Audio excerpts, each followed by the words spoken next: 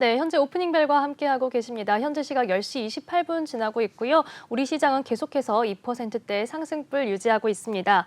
이번에는 전일장을 통해서 오늘장을 분석해보는 시간, 전일장, 오늘장 시간인데요. 오늘은 반가운 분입니다. 전상현 전문가 화상으로 연결되어 있습니다. 전문가님, 안녕하세요. 네, 안녕하세요. 네, 전문가님 반갑습니다. 정말 오랜만에 이렇게 다시 내외경제TV 통해서 인사드리게 됐는데요. 전문가님 오랜만에 출연 소감 한 말씀 부탁드립니다. 네, 오랜만에 인사드리고요. 네, 인사드리고 나니까 또 하룻밤새에 그 세상이 바뀌었네요. 네, 주식도 영향을 많이 받을 것 같으니까 뉴스를 통해서 또 같이 알아보도록 하는 시간을 가져보도록 하겠습니다. 네, 좋습니다. 오늘 그러면은 지금 하루 쉬어갔던 만큼 화요일장, 전일장과 그리고 현재 지금 개장하고 나서의 상황까지의 특이 상황 한번 좀 살펴주시죠. 네, 시작하겠습니다. 일단 하루 건너 전날이죠. 네, 코스피는 하락으로 마무리했습니다. 오늘과는 반대로 코스피가 또 하락으로 마무리했고요. 8일 한국거래소에 따르면은 이날 코스피 지수가 전 거래일 대비 28.91포인트 하락한 2622.40의 거래를 종료했습니다. 장중 저점이 2006.5포인트까지 떨어졌었는데, 그 개장 직후에 급락하고 2000주에서 하방 압력을 견디면서 오전에 반등했지만 상승 마감은 좀 어려웠습니다. 외국인과 기관이 각각 4,728억 원, 2,925억 원어치를 던지고 지수 하락을 주도했고요. 개인은 7,319억 원을 매수했습니다. 시총 10위권 안쪽에도 보면은 코스피가 주로 하락을 많이 한 것을 확인할 수 있습니다. 자, 코스닥은 870.14로 역시 오늘과 반대로 하락으로 마감을 했습니다. 1%의 낙폭을 기록을 했고요. 코스닥 지수가 전일 대비 11.40포인트 떨어진 870.14의 장을 잡았죠. 외국인과 기관이 역시 726억 원과 204억 원어치를 매도했고 개인이 917억 원을 매수했습니다. 코스닥은 코스피와 달리 시총 10위권 안쪽에는 상승으로 마무리한 종목이 조금 더 많았습니다. 전일장 특이사항에서는 대신 그 굿버스죠. 니켈 선물 ETN이 많이 올랐습니다. 그 LM에서 거래되는 니켈 선물의 가격이 상승할 때 일반 상승률의 2배만큼 수익을 낼 수 있는 상품인데 100% 원달러 환해지 상품입니다. 환율 변동과 관계없이 수익을 추구할 수 있고 대신 니켈 선물 ETN은 그 S&P가 산출해서 발표하는 그 레버리지 TR 차트를 기초지수로 하고 있고요. 지금 그 롤오버를 시행하는 건데 이게 어느 정도로 올렸냐면요. 지금 최근 러시아랑 우크라이나 간 지정학적 긴장감이 계속해서 이어지고 있죠. 그래서 이 전쟁이 끝나지 않은 오늘 이제 그 뉴스가 새벽에 좀 올라와서 유가 같은 경우는 좀 하락을 했고요. 그다음에 즉 다른 것들은 좀 어떻게 될지 좀 봐야 되겠는데 그 물가 상승 우려가 더해지면서 증시 변동성이 커지고 있고 원자재가 지금 계속해서 많이 오르고 있습니다. 조금 이따 말씀드리겠지만 원자재가 계속 오르고 있고 그 한국거래소에 따르면 3일부터 이날까지 니켈 선물 가격이 132.28% 급등하면서 수익률 1위에 올랐습니다. 자, 보시면은 하루 만에 59.99%서 그래프상이 횡보를 계속하다가 아주 고점으로 치고 올라왔고요. 이 내용들은 현재 보시면 차후에 원자재 가격을 계속해서 보셔야 된다는 부분을 함께 확인할 수 있습니다. 자, 단순히 두 배가 아닌 니켈 선물 ETN도 많이 올랐습니다. 같은 내용입니다. 내용 같은데 차이는 딱 하나입니다. 니켈 선물의 가격이 상승할 때 일간 상승률에 이건 한 배만큼 수익을 낼 수 있는 상품이죠. 역시 수익이 많이 났습니다. 29.99% 상승을 했고요. 그 그래프는 거의 비슷하게 보이겠습니다. 이날은 기본적으로 상한가 하한가 종목이 나오지 않았고 전체적으로 시장이 우크라이나와 러시아 그 전쟁에 대해서 좀 보고 있고 대선 어제였죠. 어제 마무리된 대선을 기준으로 해서 좀 시장을 지켜보자라는 쪽으로 상한가 하한가까지는 나오지 않았습니다.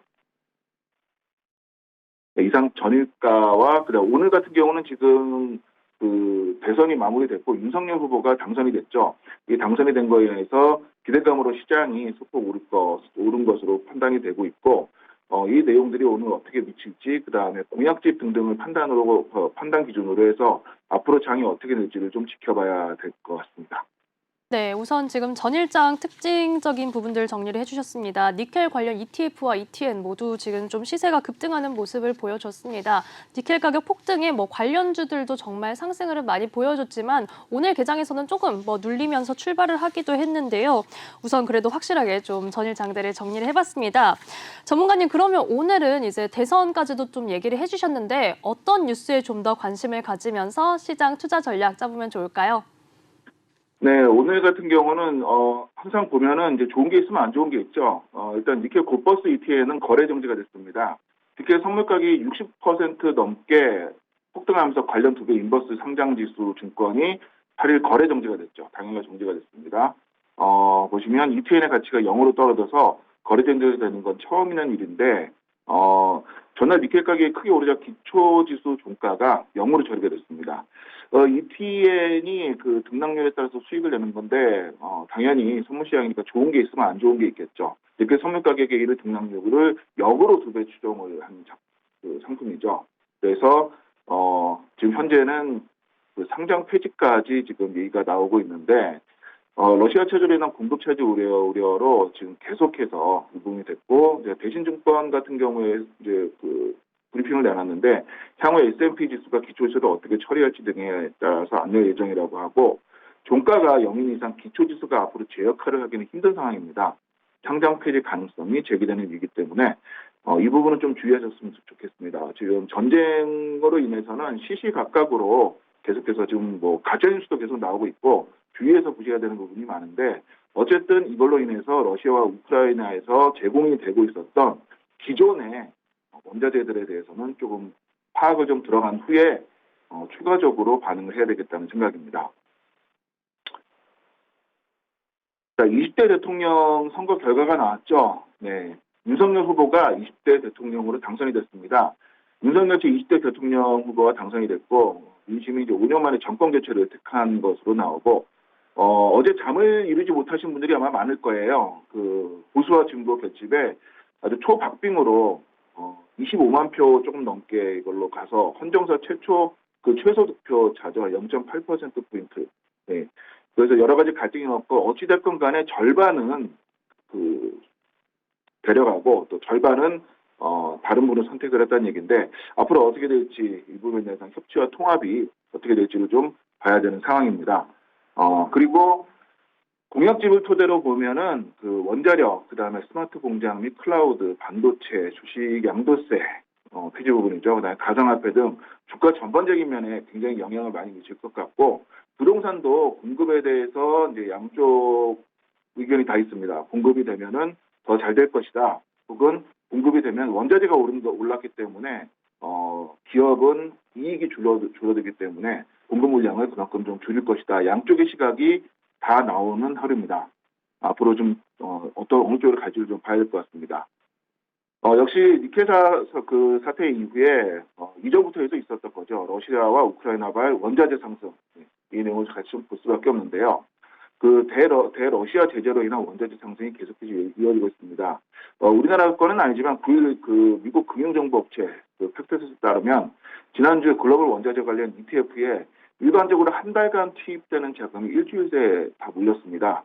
특히 이제 농산물 ETF에 대규모 자금이 투입되고 있습니다.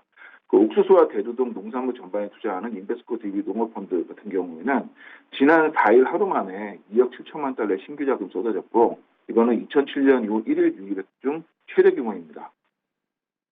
소매 가격이 지난주에 40.6% 급등했고요. 니켈, 알루미늄, 아연동도 가파르게 올랐습니다. 원자재가 오르면 영향을 받는 업체들이 많죠. 네. 국제유가는 미국의 러시아산 석유 가스 제재 가능성과 맞물려 지난 6일 13일에 13년 만에 최고가인 배럴당 130달러 선까지 치솟았고요. 이건 어젯밤 뉴스가 반영이 되진 않았는데, 어젯밤에 아랍에미리트의 증산 이쪽이 같이 얘기가 나오면서 그 유가는 조금 진정이 된 상태입니다.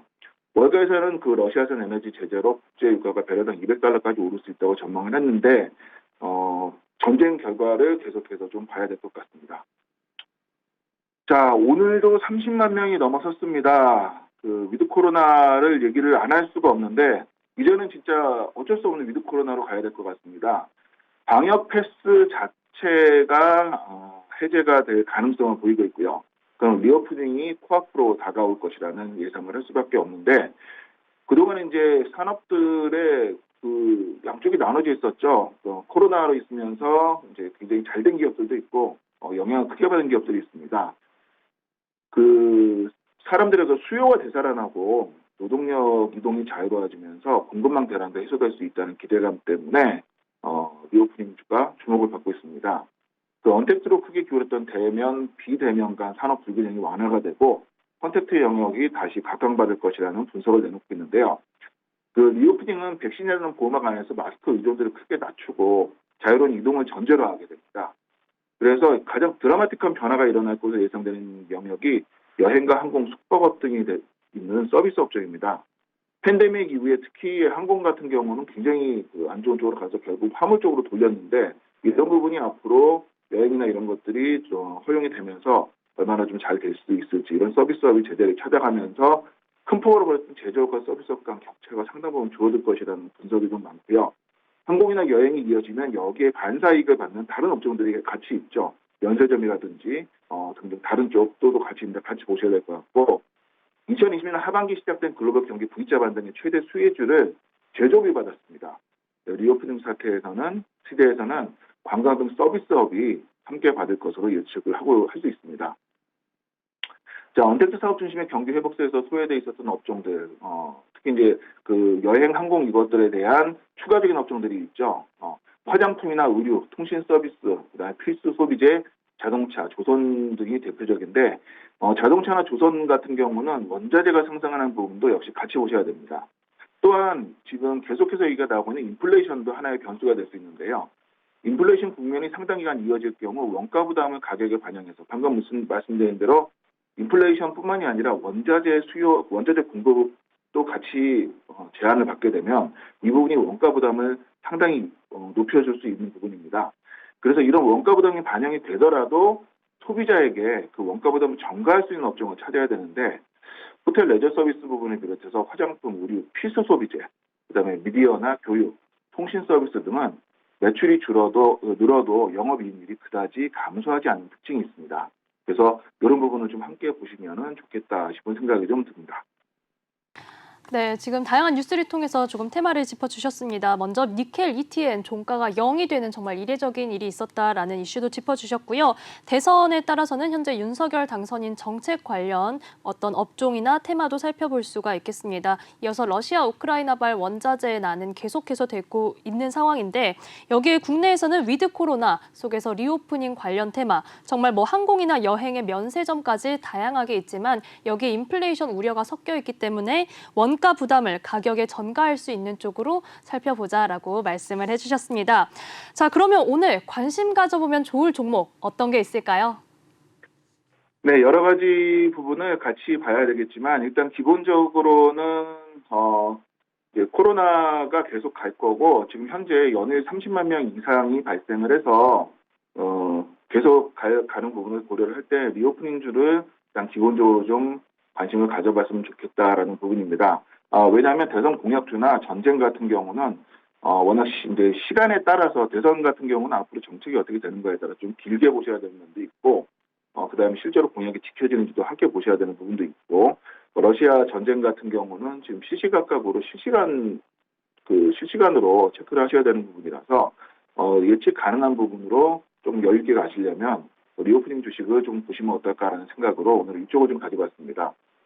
첫 번째 주식은 하이트진로입니다. 1924년에 설립된 종합주류 판매 기업이죠. 22개의 계열회사로 이루어져 있고 맥주 사업, 소주 사업, 생수 사업 및 기타 사업 부분으로 구성되어 있습니다. 맥주 사업과 소주 사업이 매출의 상당 부분을 차지하고 있고 맥주 부분의 주요 제품인 청정라고 테라 같은 경우에는 21년 9월 기준 21억 병을 돌파하는 등 지금 참이슬과 진로 이쪽이 이제 소주 시장을 리딩하고 있습니다. 대선도 끝났고 이제 11시까지 되는 부분 그다음에 오미크론이 상대적으로 중증으로 갈 확률이 줄어든다 하면은 결국은 이 부분에 대해서 리오프닝 주고가 들어가면 첫 번째로 쉽게 반영이 받을 주식이 일단 기본적으로 음식과 관련된 건데 사람들이 모이면 이 부분은 소모할 수밖에 없는 부분이고요. 또 하나는 최근 가격이 인상됐지만은 가격 인상분 같은 경우는 시간이 지나서 점차 좀 둔감해질 거로 판단을 하고 있습니다. 그래서 이쪽 부분을 좀 보시면 어떨까. 일단 오늘 저녁만 하더라도 모여가지고 대선 결과를 가지고 말씀을 나눌 부분들이라고 생각이 돼서 한번 보시면 좋겠다는 생각이고요. 자, 하이트진로 같은 경우는 지금 오늘은 지금 좀 많이 오르고 있습니다. 5.04% 지금 현 시각 오르고 있고, 기존에 하락했다가 최근 올해 초에 1월달 말쯤에 상승했다가 횡보장을 가고 있는데 조금씩 더 오를 수 있을 부분으로 보고 있고요. 자, 다른 부분은 BGF 리테일이 있습니다. CU로 유명한 회사죠. 2017년 인적 분할에서 설립된 신설기업이죠. 물류 사업과 식품 제조 및 유통 등 업무를 보조하고 있는 업무를 수행하고 있습니다. CU 등등 브랜드 동료에 맞춰서 차별화된 한국형 편의점 모델을 개발을 했고 가맹점 수익성과 운영 편리성을 향상시킴으로써 점포 개발 경쟁력 또한 갖추고 있다라고 분석할 수 있고요. 오늘은 지금 현재 횡보장 조금 올랐습니다. 지금 현재 0.59% 오르고 있는 중이고요. 앞으로 같은 부분입니다. 하이트진로처럼 편의점 사업이 생활 속 깊숙이 들어와 있기 때문에 이 부분도 같이 좀 보셨으면 좋겠다. 네, 마지막으로 신세계입니다. 보복 소비까지 포함한 신세계 센트럴시티, 복합 환승 이런 거를 제외하고도 면세와 도소매 사업, 그다음에 이런 부분에 대해서 충분히 영향을 받을 것으로 판단이 되고 있습니다. 리오프닝이 되면 여행주들을 포함해가지고 전체적인 내용을 다 보셔야 되는데 신세계는 현재 여러 가지를 같이 포함하고 있기 때문에 신세계 주식 같은 경우는 또 오늘도 4.75% 상승하고 있는데 한번 같이 보시는 게 어떨까 해서 신세계까지 그냥 3개의 리오프닝주를 가지고 나와서 말씀드려봤습니다. 네, 오늘 모두 강세 보이고 있는 하이트진로와 BGF 리테일 그리고 신세계까지 소개해 주셨습니다. 전문가님 오늘 도움 말씀 감사합니다. 네, 들어있습니다. 오늘도 성투하시기 바랍니다. 네, 감사합니다. 네, 화면으로 투자 전략 다시 한번 확인해 보겠습니다.